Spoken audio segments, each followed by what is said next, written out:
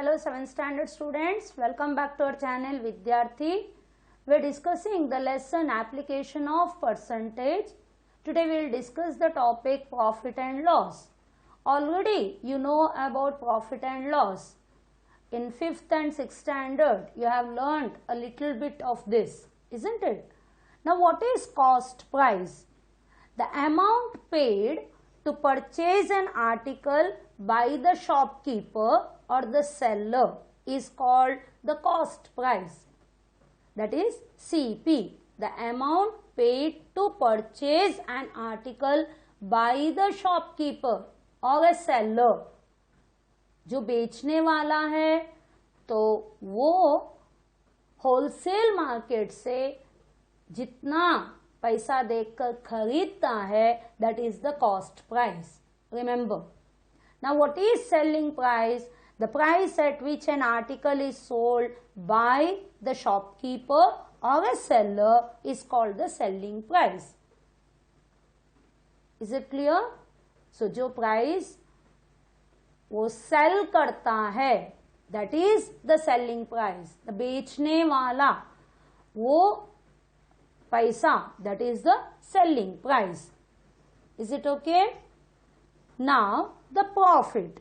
If the selling price is greater than the cost price, the difference between the selling price and the cost price is called the profit. अगर selling price ज़्यादा है cost price से, तब भी profit रहता है. दुकानदार क्यों बिजनेस क्यों करता है? प्रॉफिट के लिए.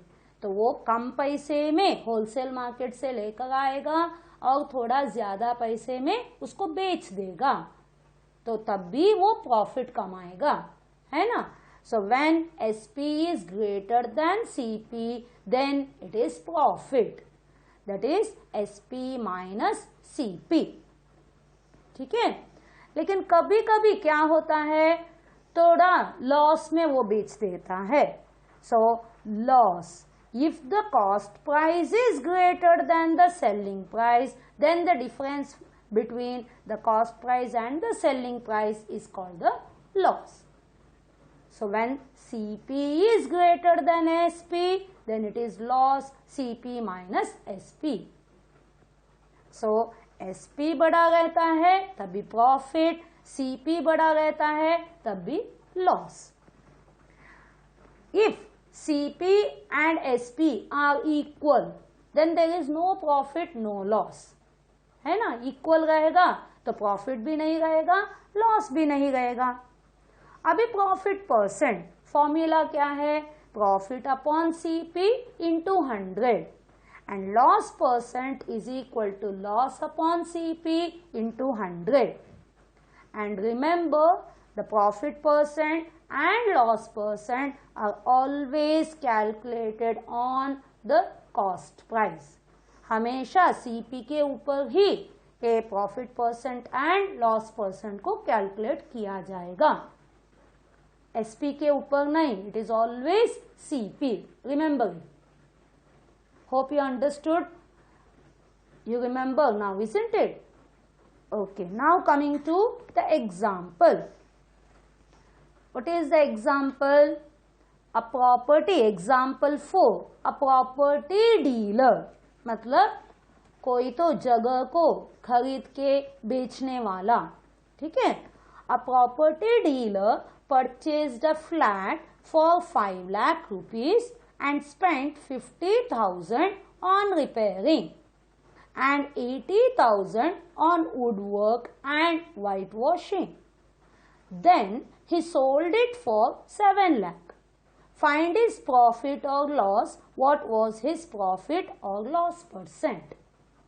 मतलब क्या है, कोई तो एक प्रॉपर्टी डीलर एक फ्लैट को खरीदा कितने में? 5 लाख में, और उसके ऊपर 50,000 रिपेयर के लिए, कुछ रिपेयर काम था तो उसके लिए 50,000 खर्चा किया और 80,000 थोड़ा वुडवर्क, कुछ दरवाजा कुछ खराब हुआ था उसको सब ठीक किया, और द वाइट वॉशिंग पेंट लगाने का वो सब काम किया और अभी नया फ्लैट बन गया और अभी बेच दिया, कितने में? 7 लाख में।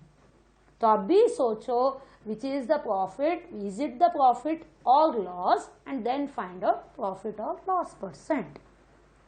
So solution, what will you write? First CP of the flat, है ना, cost price of the flat, how much it is given? ₹5 lakh. अभी वो कितना खर्चा किया? 80,000 and 50,000. So what is it called as? Overhead expenses. देखो जो भी एक्स्ट्रा खर्चा होता है आइदर फॉर ट्रांसपोर्टेशन, नहीं तो पैकिंग, तो ऐसे वाला सब जो भी एक्स्ट्रा खर्चा वो लोग करते हैं, that is called as a overhead expenses. So how much it is? First it was 50,000 and then it was 80,000. दोनों को ऐड करो तो आपको कितना मिला? It is 3 zeros, then thousands place, 8 plus 5, then it is 10, 13. So how much he spent? 1,30,000. अभी actual CP of the flat, मतलब वो खरीदने के लिए कितना लिया? 5 लाख, और खर्चा कितना किया? 1,30,000. दोनों को ऐड करो, that will be the actual CP. So 3 zeros. Now thousands place also 0, 10,000 place it is 3, and lakhs it is 6. So actual CP is 6,30,000. अभी कितने में बेच दिया? That is SP. बेचने का मतलब SP, खरीदने का मतलब CP. ये याद रखो. SP of the flat is equal to ₹7 lakh. अभी देखो CP इतना है, ये नहीं लेने का. अभी CP एक्चुअल CP को लेने का. CP and SP, which is greater? SP is greater than CP, therefore it is profit is equal to SP minus CP. So SP is how much? It is 7 lakh minus 6,30,000. How much it will be? 3 zeros, then thousands place 0 minus 0, 10,000 place 10 minus 3, it will be 7. Now 6 minus 6 is 0. So you got 70,000. What is it? Profit. Now they have asked you to find out the profit percent. So profit percent formula, what is it?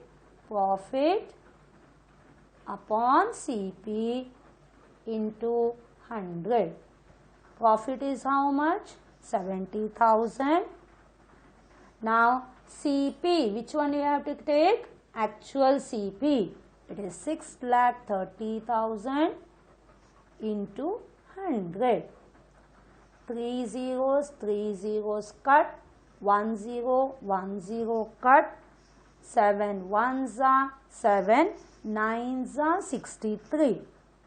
Now in the numerator it is 1 into 100, 100 upon 9. So 9 1s are 9, 1 remains, 9 1s are 9, again 1 remains, 1 upon 9. So what is the profit percent? 11, 1/9%. So answer, the profit percent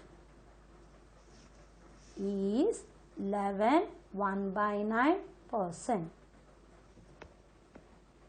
Hope you understood the example. So याद रखो purchased, bot मतलब CP. Extra खर्चा जो किया जाता है that is overhead expense. सो अब भी एक्चुअल सीपी, दोनों को ऐड करो आपको एक्चुअल सीपी मिलेगा।